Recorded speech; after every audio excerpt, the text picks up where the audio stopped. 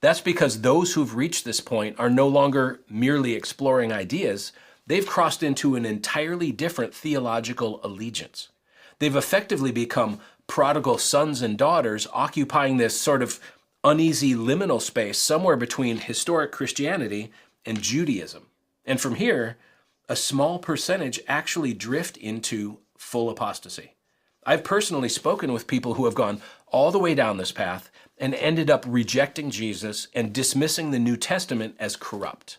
So sadly, at this stage, conversation turns into confrontation. And what was once a sincere search for truth has hardened into an aggressive certainty, and they will brook no disagreement.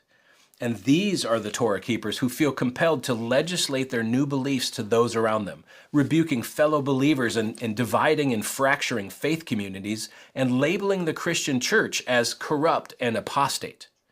And the tragedy here is the mission field for their false gospel is the body of Christ. Rather than proclaiming Jesus to a lost and broken world that doesn't know him, they spend their time and energy policing and disrupting the faith of those who do. I remember carefully searching for a silver bullet in my early years of engaging with Torahism. I searched high and low for that Bible passage that would just take the legs out from under their theology once and for all. And guess what?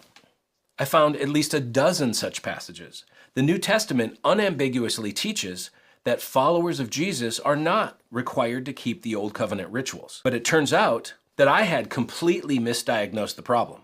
I assumed it was a simple matter of theological error, but it turns out this is a much more complex emotional and spiritual issue, and it seems to be somehow tied to identity.